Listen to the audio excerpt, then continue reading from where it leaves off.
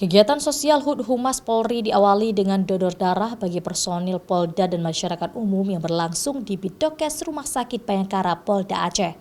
Target lebih dari 3.450 kantong darah terkumpul dari Polda dan 23 Polres jajaran seluruh Aceh. Polda Aceh juga memberikan bantuan sosial berupa bahan pokok sebanyak lebih dari 3.400 paket kepada kelompok masyarakat terdampak diantaranya petugas kebersihan, pengemudi becak, sopir angkutan umum, dan komunitas ojek online. Kegiatan ini berlangsung di depan Masjid Raya Baitur Rahman dan titik lainnya di Banda Aceh. Jadi kita secara serentak baik Polda maupun jajaran. Jadi dengan target 3.450 kantong darah untuk hari Selasa, untuk hari ini.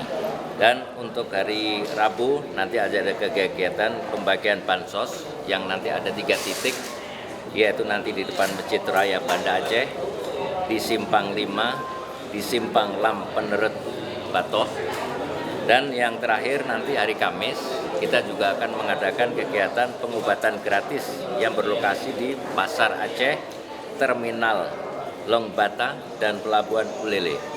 Sementara itu, aksi sosial lainnya berupa pengobatan gratis untuk masyarakat yang akan berlangsung di Pasar Aceh, Terminal Batoh, dan Pelabuhan Ulele. Mustajab, Kompas TV, Banda Aceh.